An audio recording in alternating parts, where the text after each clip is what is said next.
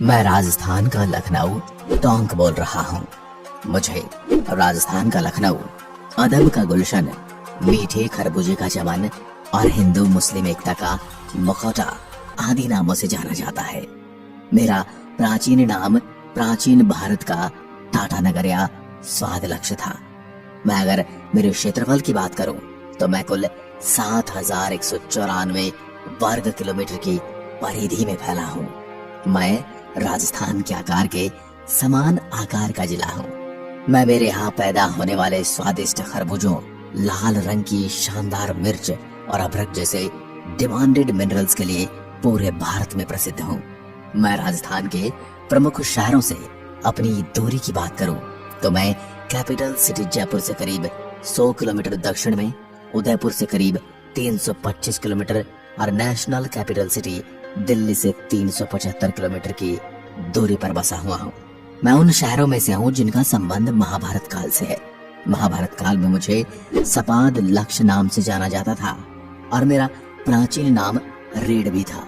मैं अगर मेरी कुल जनसंख्या की बात करूं तो 2011 की जनगणना के अनुसार मेरी कुल जनसंख्या 14,21,326 है, जो मुझे बनाती है राज्य का 23वां सबसे हाईएस्ट जनसंख्या वाला जिला।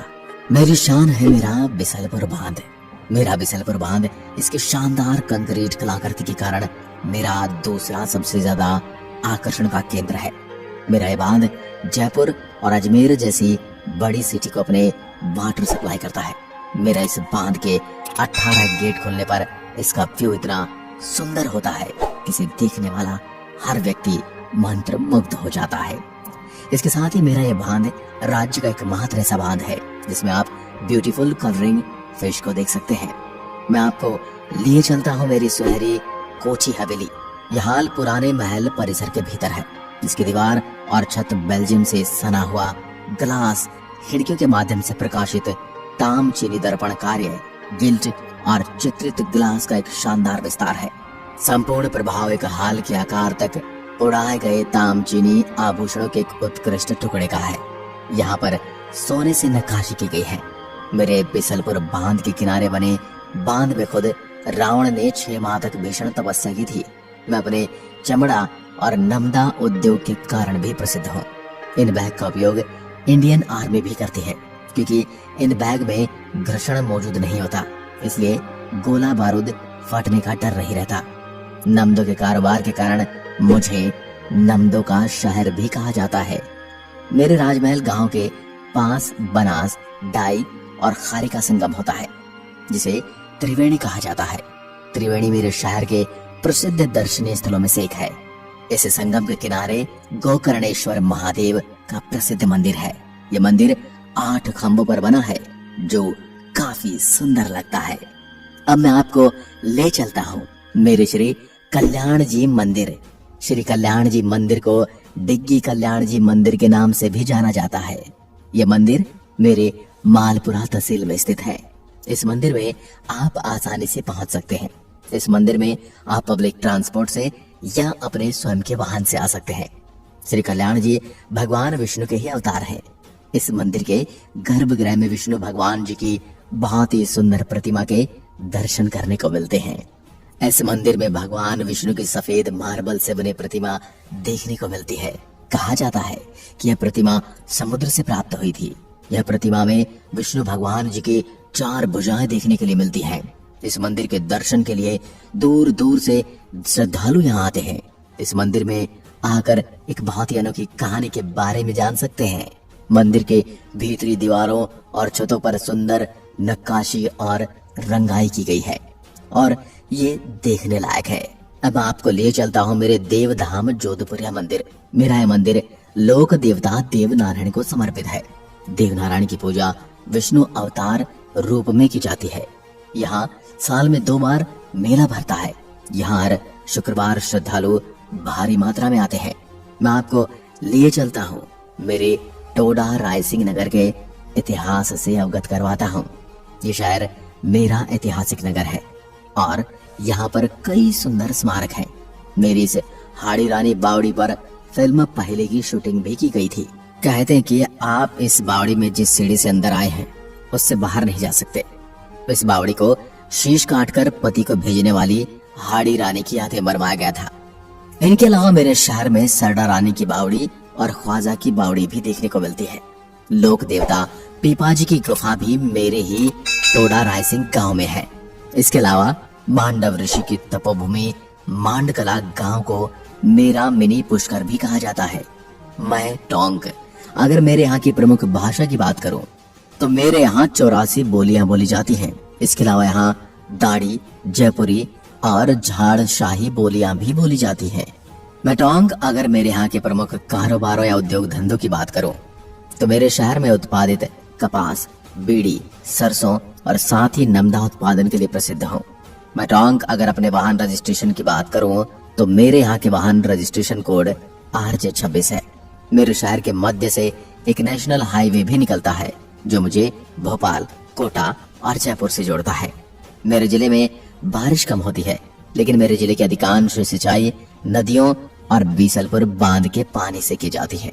अगर मैं बात करूं मेरी प्रमुख फसलों की तो मेरे यहाँ ज्वार, गेहूं, मक्का, कपास, चना और तिलहन की फसलें प्रमुख रूप से बोते हैं। अब बात करते हैं मेरे यहाँ स्थित क्लॉक टावर की। क्लॉक टावर मेरे यहाँ का एक प्रमुख मुख्य टूरिस्ट स्पॉट है। क्लॉक टावर टोंक जिले के मुख्य शहर में स्थित है। यह बस स्टैंड से करीब 3 किलोमीटर दूर है। स्थानीय क्लॉक टावर को घंटा घर के नाम से भी जाना जाता है। इसका निर्माण यहाँ के नवाब मोहम्मद सादत अली खान ने 1937 में किया था। क्लॉक टावर 3 मंजिला है, जिसकी सबसे ऊपरी मंजिल में घड़ी लगी हुई है। यहाँ पर चारों दिशाओं में विशाल 4 घड़ियां लगी हुई हैं। पुराने जमाने में यह एक घड़ी प्रत्येक घंटे में बहुत तेज आवाज करती थी। अभी भी यह घड़ी सुचारू रूप से चल रही है और लोगों को समय बताती है। आप इस घड़ी को देख सकते हैं जो बहुत सुंदर लगती है। इस घड़ी के नीचे छोटा सा कमरा भी बना हुआ है। शाम के समय ये घड़ी बहुत सुंदर लगती है। अब बात करते हैं रसिया की टेकरी की। रसिया की टेकरी टोंक का टूरिस्ट प्लेस है। रसिया की टेकरी टोंक जिले में स्थित एक ऊंची पहाड़ी है। इस पहाड़ी पर आप ट्रैकिंग करके पहुंच सकते हैं। इस पहाड़ी से टोंक जिले का बहुत ही सुंदर दृश्य देखने को मिलता है। यहाँ पर बरसात के समय आकर बहुत अच्छा लगता है, क्योंकि बरसात के समय चारों तरफ हरियाली रहती है। यहाँ पर एक स्मारक भी बना हुआ है। मैं टोंक। अब आपको लिए चलता हूँ मेरे बिसल देव मंदिर। बिसल देव मंदिर, जिसे बिसाल देवी जी का मंदिर भी कहा जाता है। ये मंदिर मेरे शहर में बनास नदी पर बिसलपुर बांध के साथ ही बना हुआ है। यह मंदिर भगवान शिव के एक रूप गोकर्णेश्वर को समर्पित है। यह मंदिर राष्ट्रीय महत्व का एक स्मारक है। इसे 12वीं शताब्दी में शाहमान शासक विग्रहराज चतुर्थ द्वारा शुरू किया गया था, जिसे विशाल देव के नाम से भी जाना जाता है। मंदिर की वास्तुकला और सुंदर नक्काशी मुख्य रूप से दर्शनीय है। मंदिर से बिसलपुर बांध के सुंदर दृश्य देखे जा सकते हैं।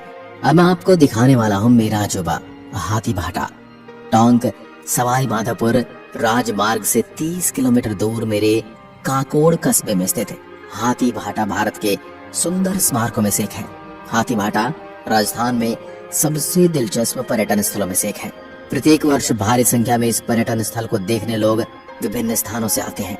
यह एक चट्टान से निर्मित नक्काशीदार एक हाथी की पत्थर की मूर्ति है, जो पर्यटकों को अपने आकार और विशिष्टता के कारण आकर्षित करती है। अब मैं आपको ले चलता हूँ हाड़ी रानी का कुंड टोडा रायसिंह के पास। हाड़ी रानी का कुंड टोंक जिले का एक मुख्य आकर्षण स्थल है। यह एक सुंदर बावड़ी है। यह बावड़ी वास्तुकला की दृष्टि से बड़ी महत्वपूर्ण है। इस बावड़ी में आपको दोहरी सीढ़ियां देखने को मिलती है। इस बावड़ी में आप जिन सीढ़ियों से नीचे जाते हैं, उस सीढ़ी से वापस ऊपर नहीं आते हैं। यहाँ पर आपको सीढ़ियों की भूल भुलैया देखने को मिलती है। हाड़ी रानी के कुंड को अमर प्रेम की निशानी माना जाता है। 1358 ईस्वी में जेता मीणा ने बूंदी के शासक देवहाड़ा को पराजित कर किले पर कब्जा कर लिया था। देवहाड़ा की पुत्री हाड़ी रानी से विवाह करना चाहता था। टोडा का शासक राव रूपाल एक वीर योद्धा थे। हाड़ी रानी की मदद मांगने पर टोडा शासक राव रूपाल बूंदी के मीणों को हराकर देवहाड़ा को फिर से बूंदी वापस सौंप दिया। इससे प्रभावित होकर हाड़ी रानी राव रूपाल से प्रेम करने लगी और उनका विवाह हो गया। विवाह के बाद अपने अटूट प्रेम की याद में इस कुंड का निर्माण किया गया, जिसे हाड़ी रानी के कुंड के नाम से जाना जाता है। इस कुंड के एक तरफ आपको स्मारक बनी हुई देखने को मिलती है जो बड़ी सुंदर लगती है। आप यहाँ पर आकर इस कुंड की सुंदरता को देख सकते हैं। यहाँ पर गार्डन भी बना हुआ है। यह कुंड टोंक जिले के टोडा रायसिंह तहसील में स्थित है। यहाँ पर आप घूमने के लिए जा सकते हैं। अब बात करते हैं मुस्लिम धर्म से जुड़ी धार्मिक स्थल जामा मस्जिद की।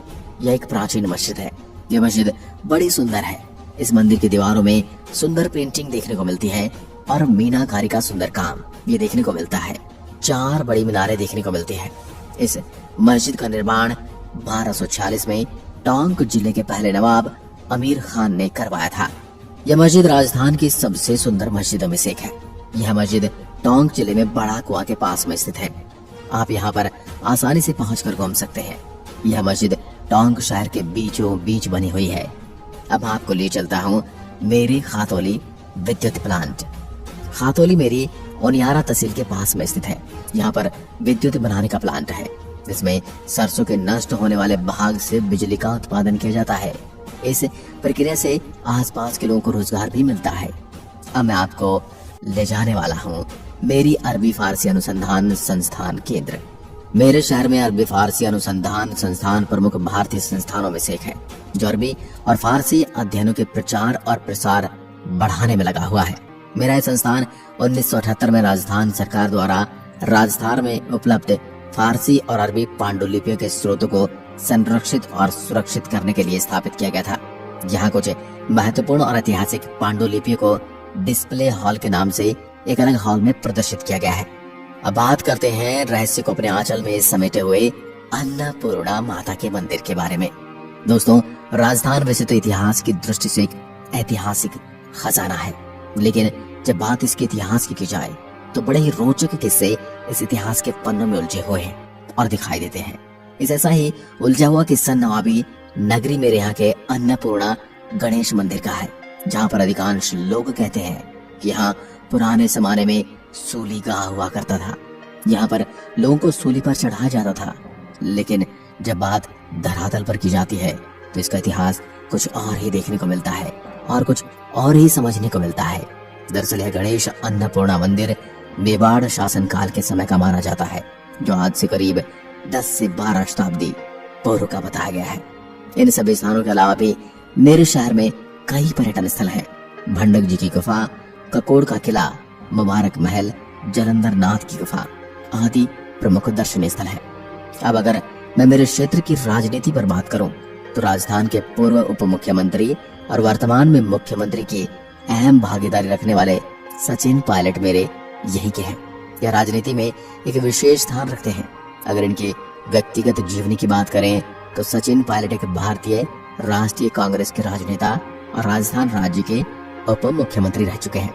अगर आप मेरी यात्रा करने वाले हैं तो मैं आपको बता दूं कि मुझ तक पहुंचने के लिए आप सड़क और हवाई मार्ग का उपयोग कर सकते हैं, क्योंकि मेरे शहर में रेल सुविधा उपलब्ध नहीं है।